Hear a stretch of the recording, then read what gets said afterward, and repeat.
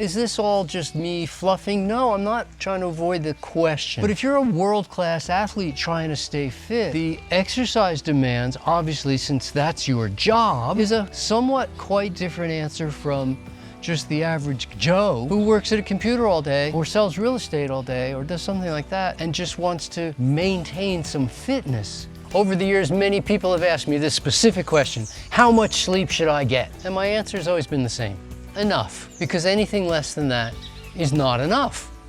Pretty much obvious. But then people come and they say, like, you know, actually, I overslept. I slept too much and then it left me tired. And I'm going, well, actually, if you needed the sleep, you could sleep, but you can't sleep more than the body needs. And since we sleep in order to get untired, doing extra sleep isn't going to leave you more tired. What you might have done was slept to the point where you started to realize how much deficit of sleep you really had. The body just won't let you oversleep. There's things it won't let you overdo. It won't let you over pee. Like, you can't pee more than the pee you produce.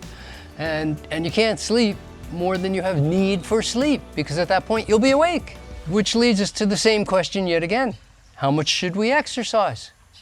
Well, exercise is a funny thing because it's unique to the individual how much you should exercise. There's not a cut and dry, well, this is how it is. And 30 years ago, I gave some answers to this exact question.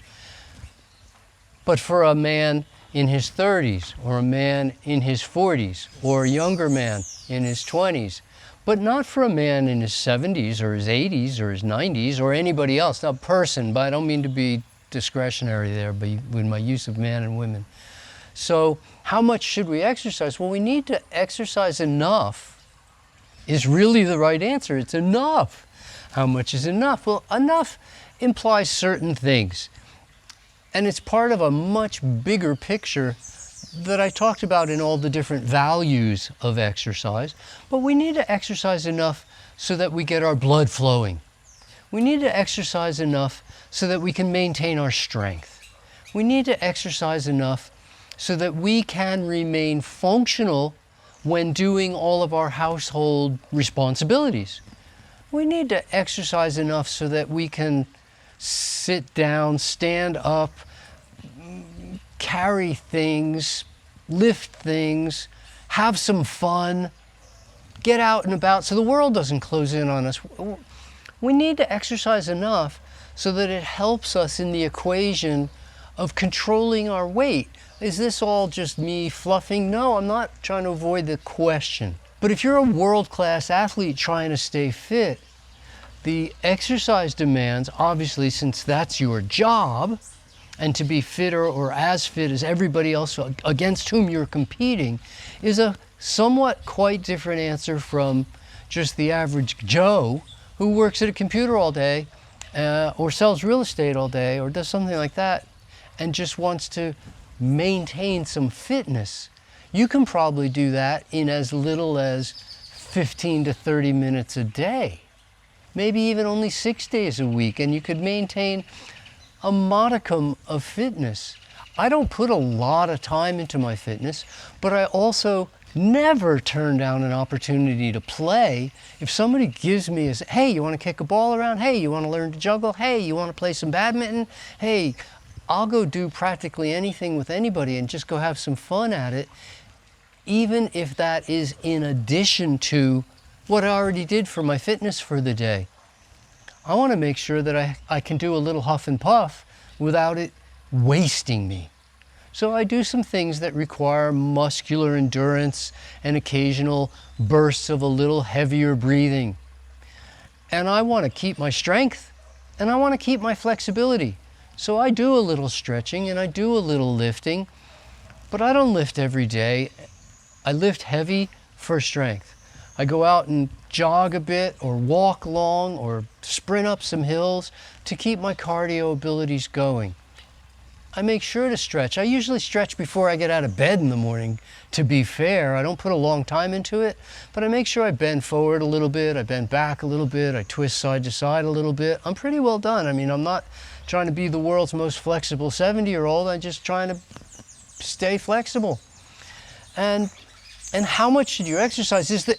Well, maybe there's an upper limit. How much should you exercise? Well, if you're exercising at a frequency or duration or intensity that's more than you can sustain day in and day out, well then that's probably too much. If you can't recover from it and go about your next day, or if you can't sustain it for weeks on end and just keep going, well then you're probably doing too much. If you're seeing reduced abilities rather than gaining abilities from all your exercise efforts, you're overtraining, you're doing too much. Cut back. And in fact, for many people, doing too much is easily as much of a problem as not doing enough.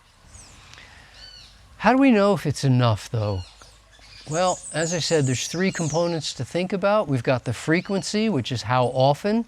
Do you exercise before every single meal? Do you exercise once a day? Do you only do it on Sundays? I mean, only Sundays is not enough. Neurotically, before every meal, have to exercise, or you can't eat, can't allow yourself? It might be bordering on too much. Like, you've lost the plot there too. Like, we can relax into our fitness. Fitness doesn't have to be work. It doesn't mean, however, that it's not challenging. A challenge is a good fitness thing to rise to. If there's no challenge, then you're not even maintaining what you've got. You're losing ground. There's got to be a bit of challenge. But if the challenge is insurmountable, then, you know, like I can jump off the last step on my staircase and the landing on the ground is a little bit of load. Not a big challenge for me. I can jump off the last 2 steps and I land on the ground, and absorbing that shock is a good challenge. It's a nice challenge.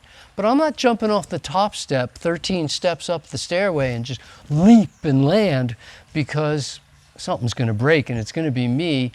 That's too much work. That's an overwork, and something's going to get hurt. It's going to be me get hurt. I don't even want to think about what else gets hurt. But we want to have that reasonable challenge. It should at least be engaging and interesting. Otherwise, it's boring. If you're lifting weights but it's too light, it's not interesting. If you're going for a walk but it's too slow, you know, and you say, it really wasn't of much value. So we're looking at the frequency, we're looking at the intensity, and then we're looking at how long do you do things? What's the duration, or how much time? It's a great acronym: frequency, intensity, time, right? Fit, you want to get your fit. How much fit? Well, we got to find a balance between frequency, intensity, and time. You know, if you're putting in so much time into your exercise, you don't have time for anything else, well, you lost the plot again. And I've seen people, they say, well, I go out and I run a marathon every day and it takes me 5 hours every day. And I'm going, you're doing a marathon in 5 hours. It's not a really quick pace. I have talked to people who do a marathon 3 times a week, but it takes them 8 hours each time. I can walk a marathon in 8 hours.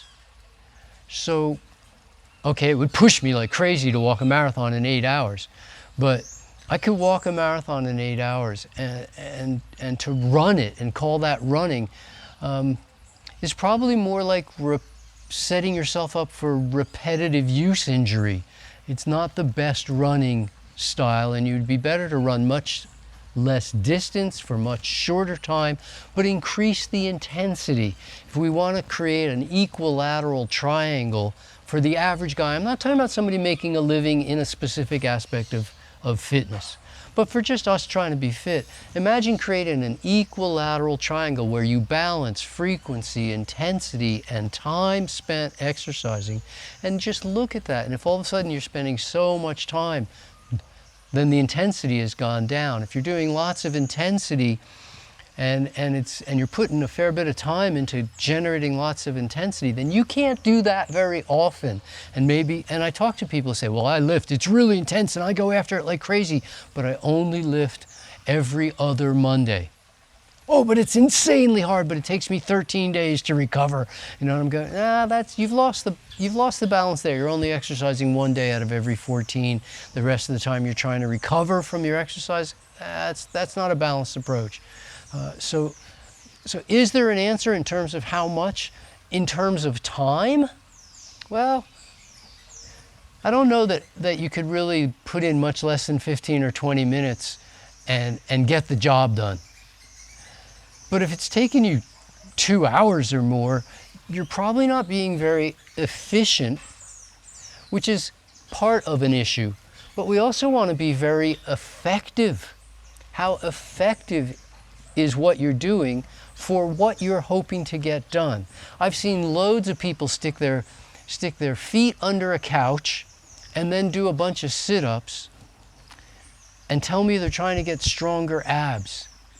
But when you stick your feet under a couch, you pull with what are called your hip flexors. It comes from your thigh and up into your hip. That's where most of the work is being done. You're not actually getting better abs doing those particular sit-ups. I've seen people doing loads and loads and loads of push-ups because they want to get better at pulling, and that's obviously never going to work. A lot of people tell me that they work out with weights to get stronger, and they do 10 repetitions. And when I ask them, if you really, really had to, could you have made 12? And they go, oh yeah, sure, but I stop at 10. Well, if you can do something 10 times in a row, there can't possibly be much strength demand. We measure strength as a measure of something that you can do once. And if you do it twice or 3 times, you're not at your maximum strength, but it's still a strength challenge. But if you can lift something 10 or 12 or 15 times, this is a different range of workout than what a person would develop hoping to develop strength. And so we're looking now at efficient and effective. If you're trying to develop strength, but you're developing some entire other quality, that's not very effective training. And you're going to be disappointed after 3 years of strength training and you're still not much stronger because you weren't strength training. We're going to look at all of those things and say, well, how much should we exercise? And the answer is going to come out to be enough.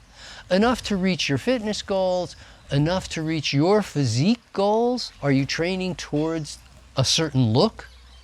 Well, we have to do enough to do that. And if you need help or guidance at all, I'm happy to give you more answers, or you can go on my forum and ask free questions, or you can get personal coaching. But doing nothing will never do it.